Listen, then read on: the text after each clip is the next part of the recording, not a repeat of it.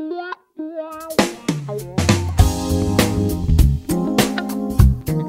Kompleks Perwakilan BKKBN Provinsi Sumatera Barat, Genre 107,9 FM, Keluarga Sehat Sejahtera.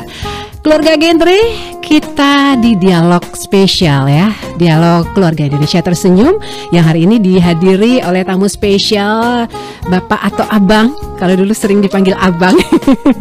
Dari Agustanto Eskom MPDT, Subkoordinator Balnak dan KKL, bicara tentang PPKS. Nah, bicara tentang PPKS, kita pasti banyak hal yang bisa kita bahas, tapi sebelumnya dikenalkan dulu nih ya, Balnak dan KKL. Ya, Balnak KKL ini dulu. Balnak, kayak nanti harus tahu ya, Balnak ini adalah balita anak dan ketahanan keluarga lansia. Jadi kita ditugaskan untuk mengelola di bagian subkoordinator ini, balita anak dan ketahanan keluarga lansia. Berarti dari balita sampai yang tua ya? Iya, dari komplit balita semuanya. Sampai lansia, siklus kehidupan ya. Semua ini masuk dalam satu bidang ya. Jadi dari yang mulai baru lahir sampai yang mau sampai lansia. Selesai. Nah, bicara tentang PPKS. Ya, nanti PPKS ini banyak loh kayak nanti. Nah, itu dia. Kita sempat dulu membahas sempat dulu beberapa media ya viral ya tentang pencegahan dan penanganan kekerasan seksual. Betul. Tapi pada kesempatan ini PPKS yang kita bahas ini bukan itu, tapi adalah Pusat Pelayanan Keluarga Sejahtera. Berhubungan dengan keluarga, karena BKKBN itu hubungannya dengan keluarga ya. Kita bahas tadi kan balita anak sampai lansianya. Betul. Itu isi keluarga. Ya, semuanya, keluarga dan anggota keluarganya. Nah, itu dia PPKS. Kalau yang bidang lain mungkin beda lagi. Kita itu bicara tentang keluarga. Kenapa sih harus ada BPKS? Dasarnya apa gitu loh dibentuknya PPKS ini? PPKS sesuai dengan namanya ya, pusat pelayanan ya. Artinya kita mencoba BKKBN ini mencoba mendekatkan pelayanan publiknya kepada masyarakat, di mana masyarakat membutuhkan sebuah layanan yang kayak Yanti, baik itu mulai dari tadi balita, anak sampai lansia, seluruh siklus kehidupan masyarakat keluarga itu butuh butuh layanan atau butuh pengetahuan dan keterampilan untuk untuk menjalani kehidupan. Betul. Nah, kebetulan Yanti, saya lupa menyampaikan pantun juga. Ya, ada pantun membuat keluarga-keluarga di Sumatera Barat. Ya, pantunnya begini. Pakai cakap ya kayak dia. Beli emas bersama istri membeli emas 24 karat. Cakep. Mau dong? Belinya di toko emas Pak Hendra. Cakep. Halo semua keluarga di Sumatera Barat. Semoga keluarganya sehat selalu dan sejahtera. Aduh, amin. Tapi kalau bicara tentang kan ini sudah dibuat tapi nggak lupa dibaca nanti ya. Betul. Kita memang pengen bahagia dan sejahtera ya. Dengan adanya layanan-layanan ini, kita berharap juga semua masyarakat terayomi ya, maksudnya terlayani ya. Karena kadang-kadang gini, Bang Deddy, seseorang itu nggak tahu informasi karena kurangnya layanan ya. Ya, layanan. Jadi tadi tujuan PPKS ini mencoba mendekatkan layanan BKKBN kepada masyarakat, yang dimana nanti layanan PPKS ini ada di tingkat provinsi, kemudian di tingkat kabupaten kota, hingga di tingkat kecamatan. Sampai yang terkecil ya? Ya, di Balai Penyuluhan KB kita di kecamatan. Jadi Pusat Pelayanan Keluarga Sejahtera ini mendekatkan diri kita melayani masyarakat dalam hal 8 aspek. Nanti 8 aspek kan kita bahas. Banyak juga ya berarti ya. Dari 8 layanan yang harus disampaikan PPKS ini. Nah, kebetulan PPKS ini sudah ada dasar hukum melalui Peraturan Kepala Badan Kependudukan dan Keluarga Berencana Nasional, itu nomor 19 tahun 2017 tentang penyelenggaraan Pusat Pelayanan Keluarga Sejahtera. Jadi 2017 itu sudah ada peraturan kepalanya, tinggal kita mengimplementasikan, melaksanakannya di tingkat provinsi hingga di tingkat kecamatan. Gitu Ganti. Jadi untuk seluruh provinsi pasti sudah terlaksana semuanya ya? Ya, betul. Dan kalau bicara tentang layanan, siapa aja sih yang boleh? Yang boleh ya? Yang boleh. Atau ada tempatnya atau gimana? Kalau misalnya dia sudah kata keluarga, sudah maksudnya apakah itu anak, remaja, siapa saja. Yang penting dia adalah sebuah keluarga atau anggota keluarga yang membutuhkan informasi ataupun konsultasi, jadi bisa mendapatkan akses tersebut PPKS ini Kak Yanti. Berarti ada dong tempatnya, karena layanan apakah layanan itu petugasnya yang datang kah, atau masyarakat bisa datang kemana kah, atau gimana bentuknya gimana? Ya, jadi namanya Pusat Pelayanan Keluarga Sejahtera, kita mencoba pertama membentuk dulu tempatnya. Tempat ada pengurusannya juga, kemudian lokasinya di mana. Nah, kebetulan kita di provinsi ini punya PPKS, Pusat Pelayanan Keluarga Sejahtera ini di Kecamatan Nanggalo. Nah, nama PPKS-nya adalah Rumah Keluargaku. Mungkin Kak Yanti sudah pernah ke situ? Sudah pasti. Sudah, atau kita undang lagi nanti datang ke Rumah Keluargaku ini untuk main ayunan atau main seluncuran jika ada pesertaan.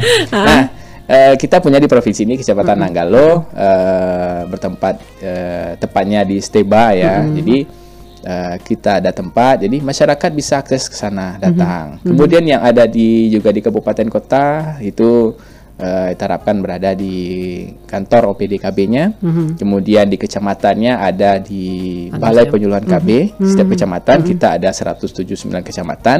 Kita harapkan di balai itu juga ada Pusat Pelayanan Keluarga Sejahtera. Nah, itu di tempat-tempat itulah masyarakat bisa datang. Ada layanan-layanan, nanti kita uraikan, ada 8 layanan yang masyarakat datang.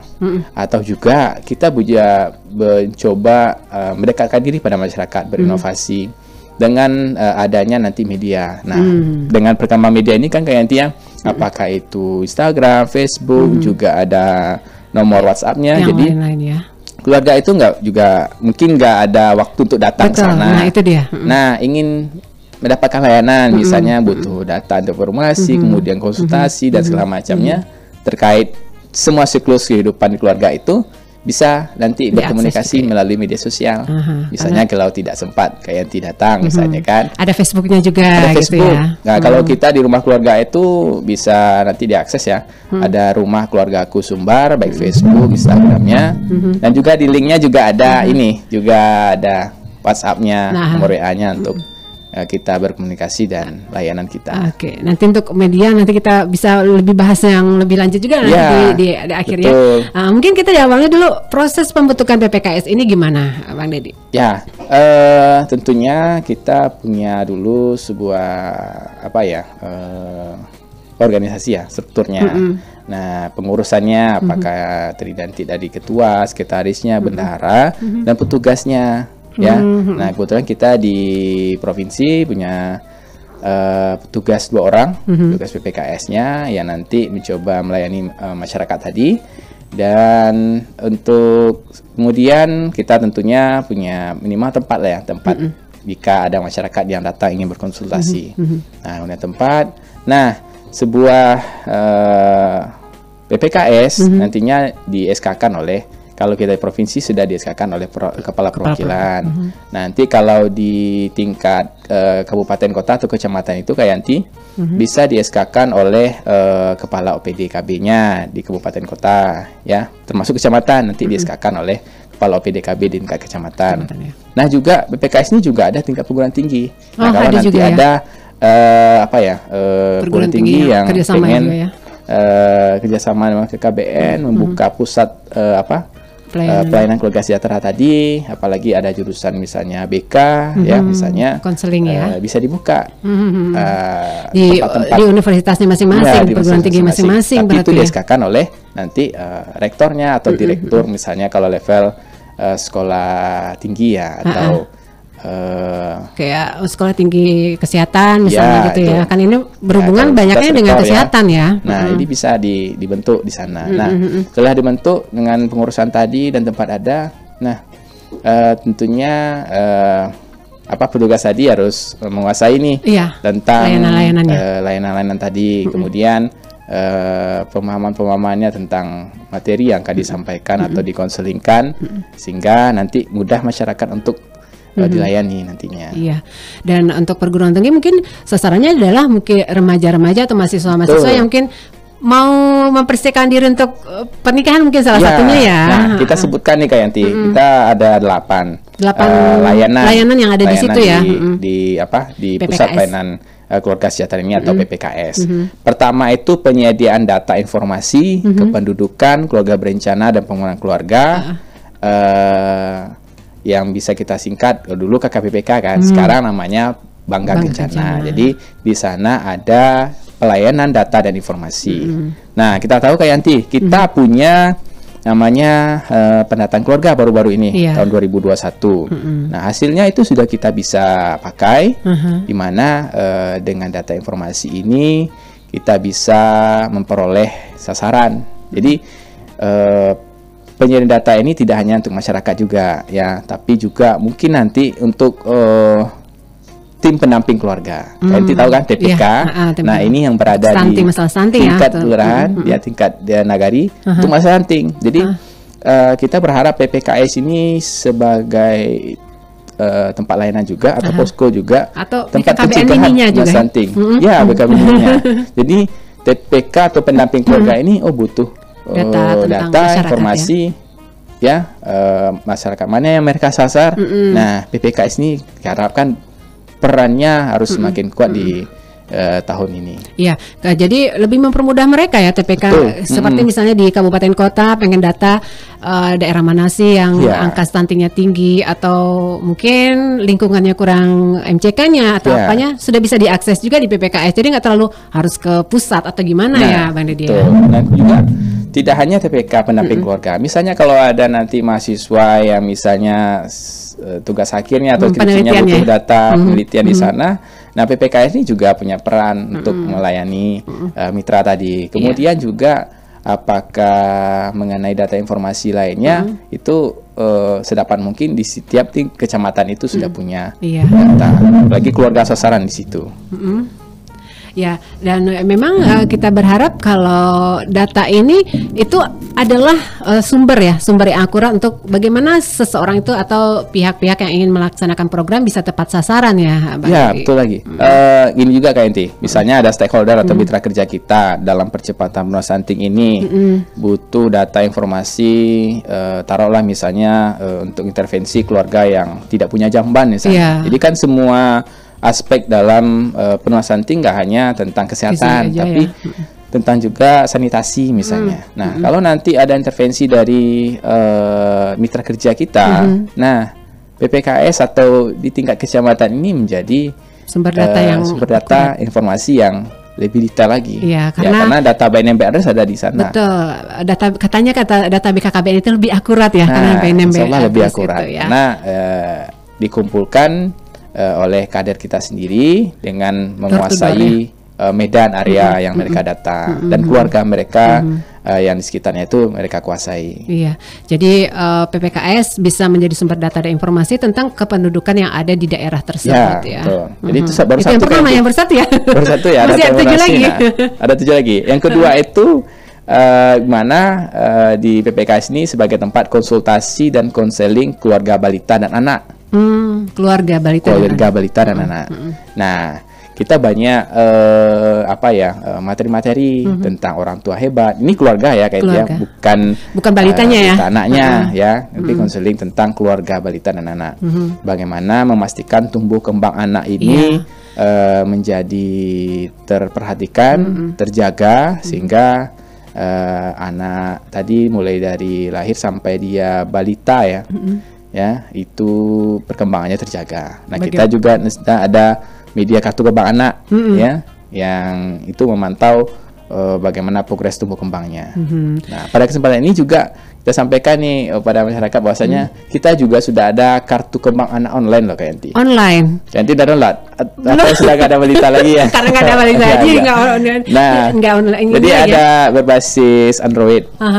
Jadi nggak ada kertas yang besar itu berarti ya? Nggak perlu jadi cetak kertas. Jadi efisiensi dalam penggunaan anggaran juga. Jadi yang sudah melek teknologi ya, yang sudah punya Android dimanfaatkan. Apalagi yang sudah punya balita ya, itu bisa mendownload KK online BKKBN. Nah, ngisi data anaknya, balitanya, sehingga nanti bisa memantau tumbuh kembangnya ya, mulai dari berapa ya, 1 bulan ya, 1 bulan sampai dia berumur di KKA itu sampai 72 bulan. 72 bulan. Berapa tuh Kak Yanti? 6 tahun. 6 tahun ya. Nah, berarti yang ketiga apa tuh Bang Dedi? Yang ketiga itu kita ada layanan konsultasi dan konseling keluarga remaja dan remaja. Dan remajanya. Ya, berarti ada keluarga remaja, orang tuanya, dan juga remajanya. Berarti keluarga atau orang tua yang punya anak remaja serta remajanya sendiri ya? Betul Kak Yanti. Itu gimana tuh layanan untuk mereka? Kita di sana dengan pemenuhan materi-materi yang ada di dalam itu berkaitan dengan KRR ya, kemudian 1001 bicara kalau misalnya kepada keluarga remaja, bagaimana kita mencoba komunikasi yang baik ini dengan anak remaja. Jadi kan orang tua yang punya remaja dengan remaja kadang-kadang ada komunikasi yang kurang pas ya, baik, belum tuntas ya. Jadi ternyata ada 1001 cara bicara sebenarnya untuk kepada remaja ini. Betul, kadang-kadang kita sebagai orang tua itu bingung menghadapi remaja. Kalau kata orang sekarang, kalau dikerasin gimana, kalau nggak dikerasin takutnya gimana gitu ya. Di situ diajarkan juga ya. Di situ bisa nanti ada layanan konsultasi caranya, atau konselingnya, bagaimana atau apa yang dihadapi. Nanti kita berikan solusi-solusinya. Permasalahan yang dihadapi oleh orang tua. Yang ketiga kan ya. Untuk remajanya sendiri. Remajanya. Kan keluarganya nih. Ya, apa yang dapat kita berikan layanan kepada bisa mereka? Bisa berkaitan dengan 5 transisi kehidupan, ya. Nah, juga bagaimana juga perannya juga sebagai remaja di lingkungan keluarganya itu ya, kepada keluarga yang punya remaja tadi, sehingga terjalin komunikasi yang baik antara keluarga punya remaja tadi dengan remaja, atau masalah dengan pubertasnya, nah, itu ya. Dia ya. Nah, itu apa yang harus dihadapinya, bagaimananya itu akan ada di dalam PPKS tersebut. Iya, mungkin remaja punya permasalahan bisa memberikan layanan juga buat mereka ya, mengatasi masalah mereka ya. Betul. Jadi itu yang untuk ketiga berkaitan dengan keluarga remaja dan remaja. Kemudian yang keempat ada lagi konsultasi dan konseling pranikah.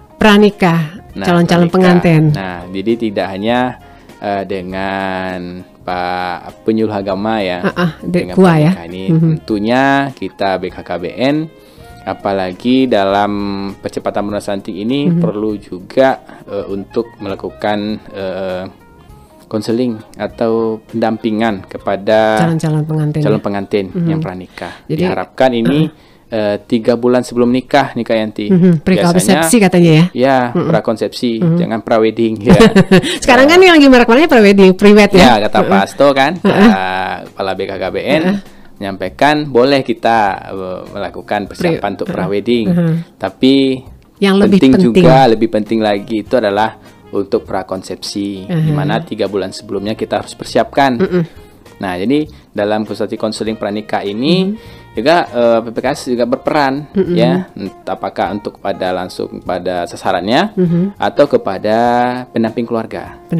Nah, bagaimana nih 3 bulan ini harus ini Kak Yanti, kita ketahui nanti ini dia 3 bulan lagi akan menikah. Kira-kira dalam pikiran Kak Yanti, bagaimana kita mengetahui kalau sedangkan di kantor urusan agama baru kadang-kadang mencatat ya, baru tahunya ada yang sebulan atau seminggu, nah, padahal kita butuh 3 bulan. Nah, itu dia. Kadang-kadang orang kan ada yang dadakan atau ada diam-diam dulu gitu ya. Gimana kita benar-benar gimana kita mengetahui apakah kita ngajak mereka atau gimana tuh Bang Dedi caranya? Jadi sebenarnya banyak cara ya untuk kita mengetahui 3 bulan sebelumnya. Nah, tentunya dengan pendamping keluarga tadi yang berada di wilayah tersebut atau masyarakat di lingkungan tersebut. Tentunya kalau di budaya Sumatera Barat ya, ada Maitong Hari namanya kan. Atau peran nanti nenek mama, bundo kandung di dalam masyarakat tersebut memberitahu kepada tim pendamping keluarga. Kalau ada keluarganya yang mau menikah, mungkin Maitong Hari tadi itu menghitung hari tadi itu mungkin ada yang setahun, 6 bulan, sehingga bisa kita antisipasi lebih cepat lagi. Kita data mereka yang mau menikah tahun ini misalnya gitu ya. Nah, tahun depan ada ponakan saya atau anak saya akan menikah. Jadi di dalam lingkup masyarakat dengan kearifan lokal kita itu sebenarnya sungguh lebih mudah ya. Memudahkan kita kan. Jadi bagaimana pendamping keluarga bahkan PPKS ini memberikan layanan tadi konseling pranikah. Jadi prakonsepsi tadi. Nah, bagaimana nanti persiapan untuk menikah tadi di sisi perempuannya harus tidak anemia, ya, kemudian harus siap semuanya. Lingkar lengan atasnya harus berapa senti gitu ya. Kan? Apakah sudah imunisasi ya, imunisasi jatinnya ya. Kemudian aspek-aspek lainnya, sisi kesehatan dan juga kesiapan mental yang penting ya. Kesiapan kita ada 10 dimensi kesiapan berkeluarga kayaknya. Nah, nanti ada lagi bahasannya ya, panjang lagi 10 dimensi kesiapan. Ya, melihat kesiapan. Nah, di dalam pernikahan ini juga ada alat ukur kita sudah siapkan. Tadi kan balita ada kakak online. BKKBN sudah menciptakan namanya LC-Mil. LC-Mil elektronik siap nikah dan hamil ya. Elektronik siap nikah dan hamil. Nah, pokoknya BKKBN semuanya pasti ada ya. Nah, jadi para catin yang akan menikah itu bisa mempersiapkan dirinya atau mengukur, ada kuesioner di sana, aspek-aspek yang perlu disiapkan, ada pemenuhan materi juga di sana, sehingga para catin yang sibuk kali ya dengan aplikasi LC-Mil ini terbantu kesiapannya. Ya. Jadi apa saja yang mereka harus siapkan sebelum menikah, situ ada semuanya ya. Betul. Jadi setelah diaksi kuesioner ini kayak nanti ada warnanya, hijau berarti aman, gitu. Ada warna merah yang harus dia siapkan. Dan pendamping keluarga ini menjadi pengingat dia, mendampingi mereka.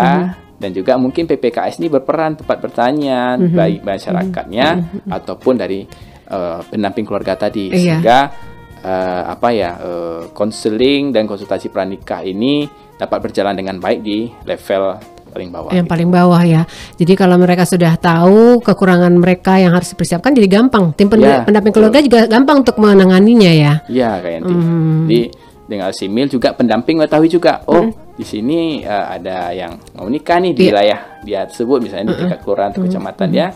Nah, karena ada yang daftar tadi kuesionernya ada bermasalah kulit merah, jadi sehingga dapat dihubungi pendamping keluarga untuk bagaimana upaya dia supaya tadi misalnya dia anemia misalnya gitu, mungkin dirujuk kepada bidan, salah satu pendamping keluarga itu untuk mendapatkan tablet tambah darah. Iya.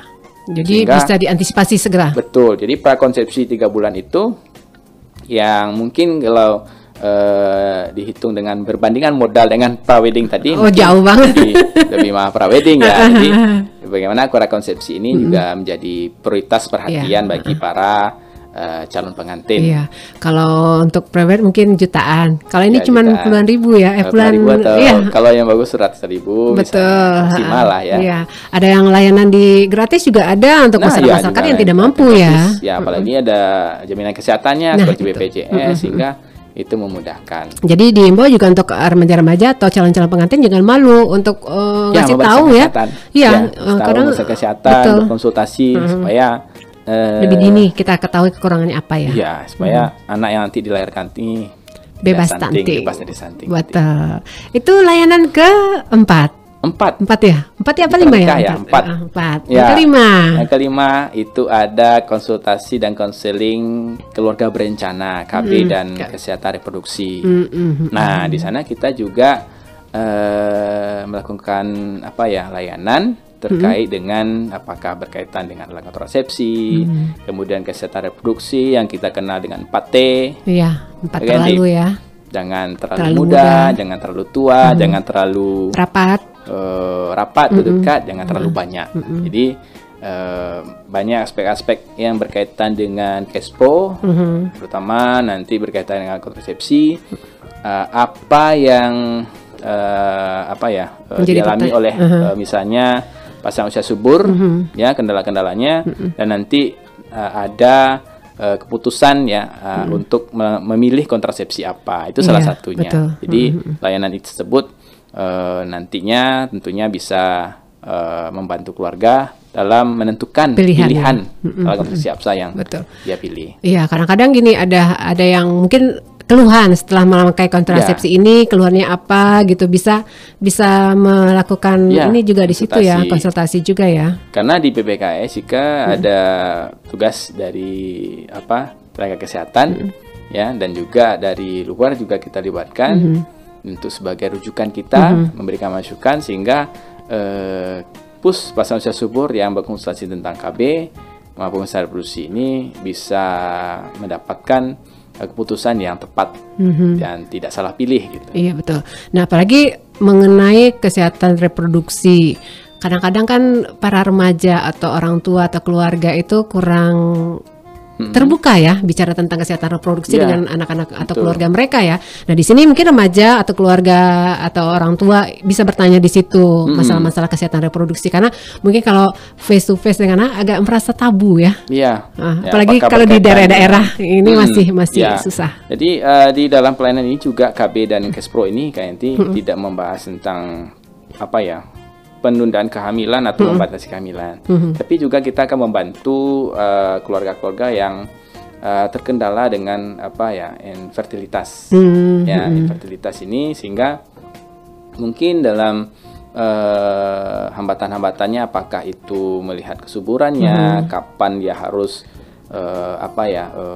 melihat masa suburnya tadi, kemudian menghubungkan nanti kita rujukan kepada dokter-dokter yang membantu masalah infertilitas tadi. Karena kan tidak hanya keluarga yang punya anak banyak ya, tapi yang belum punya anak pun kita bantu juga sisi kesehatan reproduksinya apa sih yang harus normalnya bagaimana, yang terjadi masalah itu di mananya, dan nanti solusi-solusi dan rujukan nanti kita bantu untuk membantu keluarga yang bermasalah di infertilitas ini. Jadi semuanya komplit, yang mau punya anak, yang mau ber-KB gitu ya. Jadi komplit lah. Yang menunda betul. Jadi apapun yang mereka rasakan bisa mereka ungkapkan di situ, dan kita akan memberikan layanan untuk mereka ya. Itu yang kelima. Itu sudah kelima ya. Nah, berarti ada 3 lagi ya. Nah, kemudian ada konsultasi konseling menuju keluarga harmonis. Nah, apalagi nih KNT harmonis. Nah, itu dia.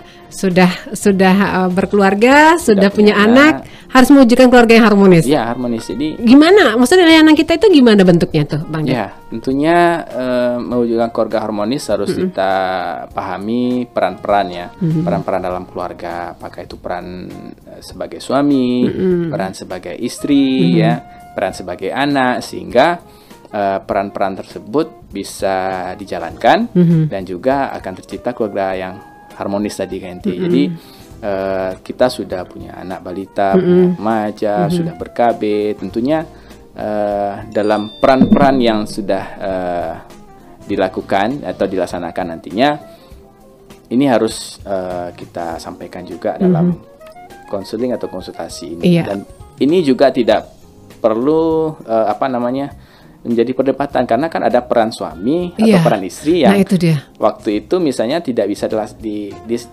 dilaksanakan. Contoh lah misalnya ketika istri itu hamil dan melahirkan di rumah sakit, apakah peran mencuci atau memasak harus tetap istri juga? Istri juga, tentu tidak. Jadi peran-peran ini tentunya harus sama-sama dijalankan, punya tanggung jawab masing-masing, tapi sama-sama membantu menjalankan, saling mengerti ya, sehingga keluarga harmonis ini bisa dapat tercipta dan dilaksanakan. Iya, terus juga misalnya nih ada kasus juga seperti mungkin sang ayah ya, karena sibuk bekerja, terus anaknya ada masalah, yang disalahkan si istrinya. Padahal kan pola asuh atau juga mengasuh itu nggak cuma ibunya aja ya. Betul. Orang ayah juga punya peran. Karena anak itu butuh bimbingan dan sentuhan dari kedua orang tuanya, baik ibu maupun bapak. Dan komunikasinya harus tetap dijaga, walaupun misalnya ibunya atau ayahnya yang jauh dari tempat tinggal, bertugas atau dinas misalnya, tapi tetap komunikasi ini, bimbingan itu kan kalau terkendala jarak media kita sudah, apalagi sekarang ya. Ya, mungkin bisa Zoom kan. Betul, ngelihat wajahnya itu kan, dengan mertua, dengan keluarga besar, sehingga komunikasi terjaga dan memang tercipta keluarga harmonis. Dan ini indikator ini juga nanti berkaitan dengan IBangga nih Kak. IBangga apa tuh IBangga? Indeks pembangunan keluarga. Apa itu berkaitan kebahagiaan, ketentraman dan kemandirian. Sehingga dengan konsultasi dan konseling menuju keluarga harmonis ini, tentunya indeks pembangunan keluarga kita di Sumatera Barat bahkan nasional kok bisa meningkat. Jadi BKKBN nggak cuma ngurusin kesehatan, tapi kesejahteraan juga, kebahagiaan juga di ini ya diperhatikan juga ya. Ketentraman, kemandirian tentunya untuk menuju keluarga harmonis ini. Keluarga yang harmonis, negara juga harmonis. Ya. Maunya begitu ya. Itu tentang pelayanan keluarga berencana menuju keluarga harmonis. Nah, yang keenam, yang berikutnya ketujuh itu adalah konsultasi dan konseling keluarga lansia dan lansianya. Nah, lansia nih keluarga lansia dan lansianya. Nah, di situ kita banyak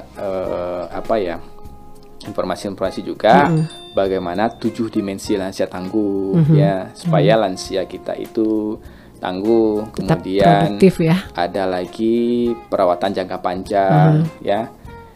Ada lagi kita bantu juga kayak nanti aplikasi lagi ya. Ada nanti Go Lantang namanya. Go Lansia Tangguh. Go Lansia Tangguh. Bagaimana lansia-lansia kita ini tetap tangguh, produktif, sehat, sehingga nggak jadi beban ya, menjadi kontribusi bagi kita di pembangunan. Nah, kita ketahui Sumatera Barat adalah suatu provinsi memang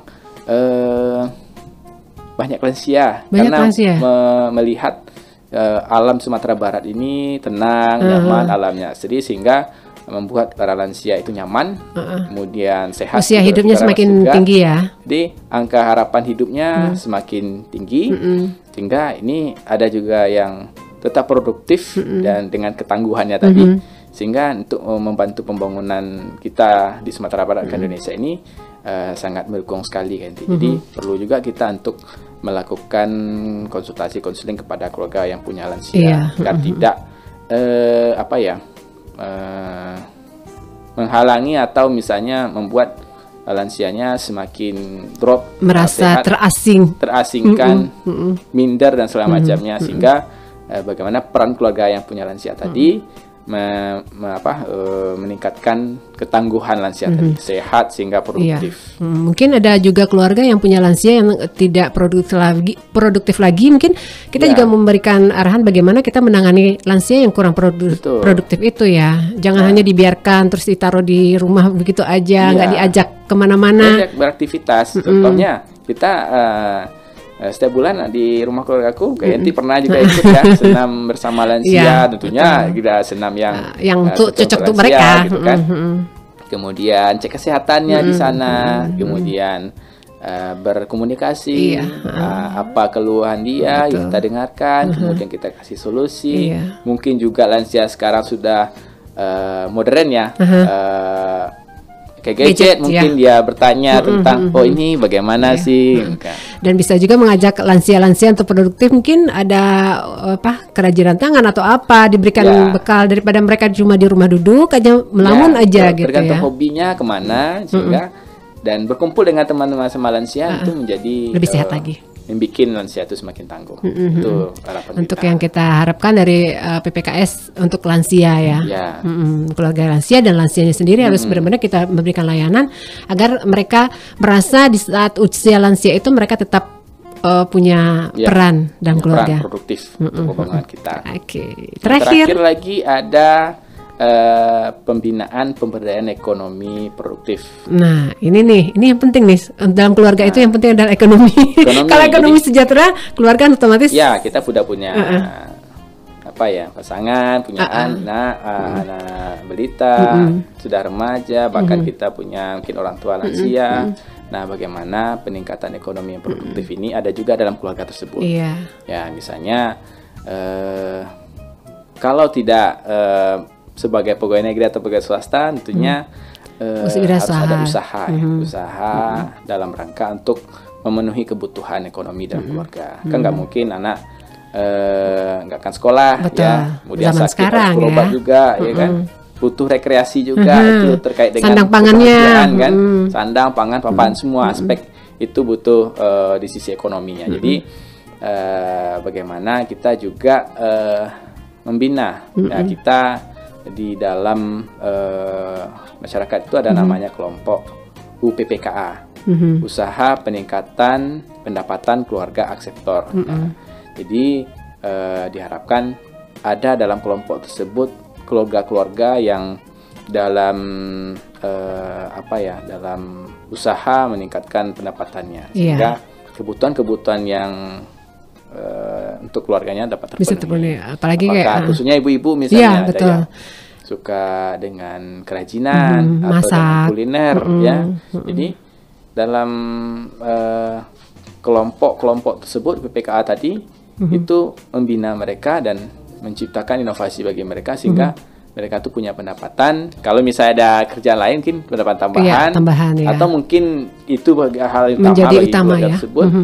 Nah, itu akan kita akan pembinaan dengan ada tentang bagaimana 8 langkah menuju penghasilan. Ada keluarga ya. Materi-materinya juga, kemudian kita ada mitra dengan kelompok asosiasi, kelompok PPKA atau dengan UMKM atau bekerjasama dengan mitra-mitra lain, sehingga pembinaan ekonomi produktif ini ada di dalam masyarakat kita. Apalagi lengkap semua, nanti. Betul. Apalagi kalau misalnya ibu-ibu rumah tangga yang tidak ada kerjaan, daripada waktunya kebuang percuma aja ngobrol ngalor ngidul, mending melakukan usaha-usaha ya. Dan itu akan dibina oleh PKS juga. PPKA. Nah, PPKS maksudnya. Walaupun misalnya tidak kelompok, mungkin ibunya yang inisiatif untuk kelompok dengan membentuk kerajinan atau bikin usaha kuliner di rumahnya, itu bisa menjadi alternatif juga. Betul. Jadi, kan sambil nanti sudah ngurusi anak lagi, nanti siangnya beli bahan, bikin sesuatu dengan memanfaatkan teknologi ya. Jual online ya. Jual online, WA, orderan. Jadi, nah itu juga akan membantu masyarakat, keluarga itu dalam meningkatkan ekonominya. Jadi peran PPKS di situ bagaimana memberikan layanan, bagaimana untuk bisa berusaha menambah pendapatan keluarga juga. Ya, betul. Jadi di dalam stunting ini juga ada program BKNT. UPPK ini Dashhat Dapur Sehat Atensi Stunting. Di mana kelompok-kelompok yang ada, misalnya levelnya misalnya di kelurahan, di nagari atau kecamatan tersebut, dengan usaha kuliner, dengan memanfaatkan bahan-bahan yang lokal, yang kayak ikan gizi, apakah itu ikan, kita kenal banyak, kalau di laut kan banyak ya ikan apa namanya? Ikan tuna misalnya, ada ikan di danau itu ikan bili, atau makanan-makanan lain, sehingga itu dibuat oleh kelompok, ya, nanti distribusikan kepada keluarga-keluarga yang berisiko stunting. Nah, bagaimana ini juga dibantu oleh CSR, ya. Jadi sekaligus CSR dengan promosinya ke masyarakat tersebut, ya, itu kayaknya sudah ada seperti perusahaan-perusahaan yang ada di Sumatera Barat ini membantu, peduli juga ya, membeli produk dia untuk diserahkan kepada masyarakat sekitarnya. Jadi masyarakat yang dari membutuhkan, masyarakat untuk oleh masyarakat untuk masyarakat. Jadi aktivitasnya berjalan. Dan gizi masyarakat itu tercukupi. Iya, sumber daya masyarakat terangkat, sumber daya alam juga semuanya ya. Ya, atau juga produknya juga akan dijual misalnya bagi mungkin keluarga-keluarga yang mampu, mungkin yang beli, tapi keluarga yang kurang mampu mungkin disubsidi ya, diberikan secara gratis. Jadi semuanya terbantu dan masyarakat juga menjadi sehat semuanya, yang stunting bisa terhindari. Kedepannya apa nih yang diharapkan, atau mungkin ada inovasi yang akan dilakukan dengan PPKS sendiri, Bang Drit? Ya, gini Kenti. PPKS sebagai pusat pelayanan keluarga sejahtera ini kita berharap ya ada di setiap tingkatan, baik ini provinsi, di kabupaten kota, dan juga di kecamatan. Kita punya kecamatan sebanyak 179 kecamatan. Nah, kita berharap karena kita BKKBN ini punya tujuan yang sangat mulia dan bersentuhan dengan masyarakat, tentunya sekaligus kita berikan layanan konsultasi itu di tempat-tempat yang sudah ada. Karena kita sudah punya tempat namanya Balai Penyuluhan KB di tingkat kecamatan. Nah, tentunya di tempat tadi, apakah itu masyarakat langsung ataupun kader, ya, tentu juga aktivitas kader, apalagi sekarang tim pendamping keluarga, tentunya tempat bertanyanya mereka adalah kepada penyuluh keluarga berencana kita. Tentunya dia bertempat di Balai Penyuluhan untuk kecamatan. Tentunya ini kita manfaatkan sebagai tempat juga pusat pelayanan keluarga sejahtera, sebagai layanan. Tentunya di tahun ini kita menginisiatif PPK ini sebagai pelopor tempat percepatan penanganan stunting. Nah, baik untuk penampingnya atau untuk masyarakat, ya, terbuka. Nah, layanan ini akan terus berharap tentunya akan ada, dan layanan ini kita juga berpikir untuk wilayah-wilayah yang mungkin sudah bagus lah, misalnya jaringannya, komunikasinya sudah bagus.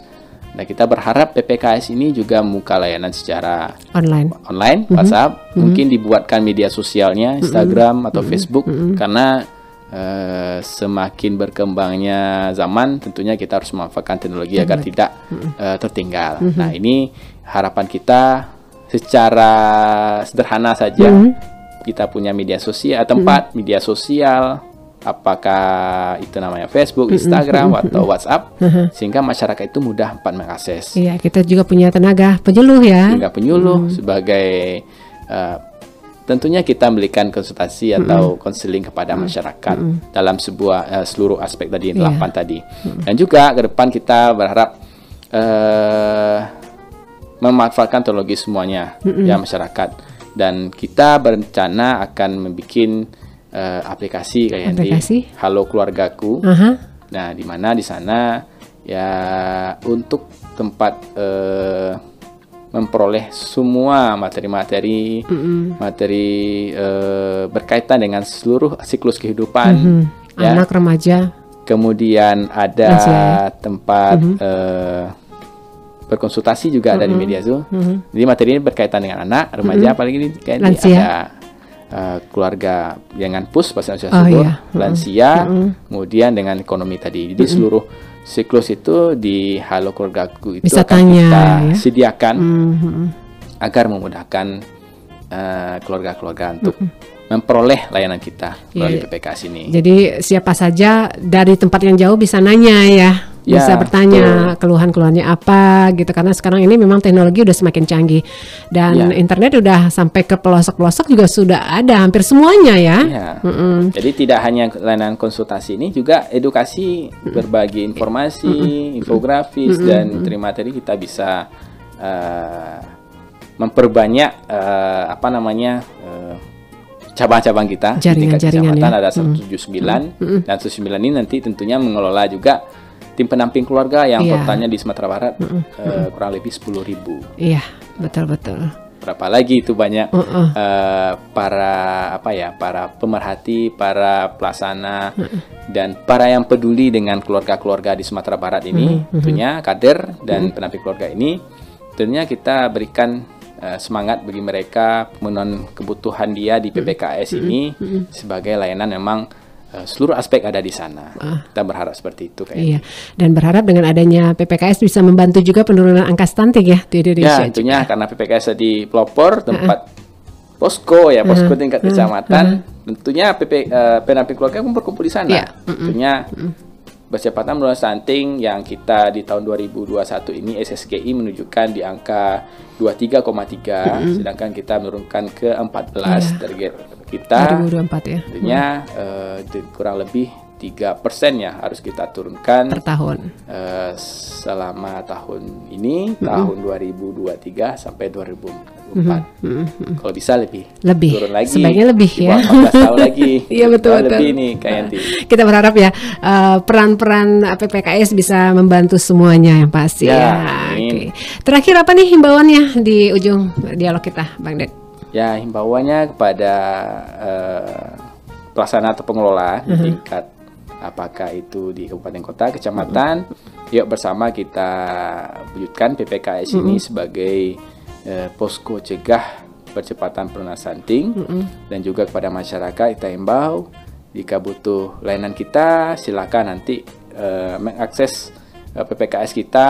Kalau ini ke provinsi sudah ada medianya, Rumah Keluargaku Sumbar, bisa diakses di Facebook, Instagram, Facebook, dan juga di sana ada nomor WA, WhatsApp untuk nanti bertanya atau berkonsultasi, dan juga nanti akan ada di setiap kabupaten dan kecamatan itu PPKS tempat juga. PPKS dan media juga kita dorong itu media juga, sehingga masyarakat merasa dekat dengan BKKBN. Betul. Dan karena tidak ada PPKS tersebut. Tidak ragu lagi untuk bertanya. Ya, karena kita tahu layanan untuk sebuah pengetahuan dan keterampilan tentang keluarga ini tidak banyak. Jadi kita ciptakanlah di tingkat kecamatan. Mungkin kita butuh juga semua pihak dukungan dari tingkat kecamatan, Pak Camat, Bapak Bupati, atau Bapak Wali Kota, dan Bapak Gubernur kita yang sudah memang konsisten dan komitmen juga dengan Perda Ketahanan Keluarga kita nih Kak Yanti, sehingga sudah di-launching nih waktu itu sama Buya Maheldi kan di waktu tanggal 31 Desember tahun 2000 berapa Kak Yanti? 20 ya? 2019 ya? Nah 2019 itu di launching langsung, sehingga ini adalah bentuk komitmen dari kepala-kepala daerah kita untuk mewujudkan masyarakat yang berkualitas. Ya, semoga peran serta semua pihak semua bisa terwujud. Apapun yang kita laksanakan itu bisa akan berjalan dengan lancar. Karena program bagus, ada dukungan dari pemerintah daerah dan pelaksana pengelola semua sepakat. Tujuan dengan baik, niat yang mulia, tentunya mendapatkan hasil, insya Allah yang baik. Hasil yang terbaik dan kita mendapatkan pahala di sisi Allah SWT. Amin, amin. Oke, terima kasih Bang Deddy Agustanto, terima kasih juga Kak Yanti atas dialognya hari ini di Bicara Keluargaku, Ikaku ya.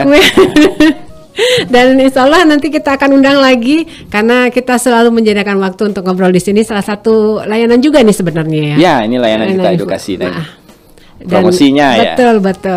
Oke, terima kasih untuk keluarga Gentry yang udah hadir bersama kita hari ini, dan terima kasih sekali lagi buat Bang Deddy Agustanto Eskom MPTT, Subkoordinator Balnak dan KKL Perwakilan BKKBN Provinsi Sumatera Barat. Terima kasih untuk seluruh keluarga Gentry. Insya Allah ketemu lagi di dialog Keluarga Indonesia Tersenyum ya. Nanti pamit dulu untuk dialog hari ini, dan kita tetap di Gentry Radio 107,9 FM dan juga streamingnya jangan lupa bkkbnsumbar.com.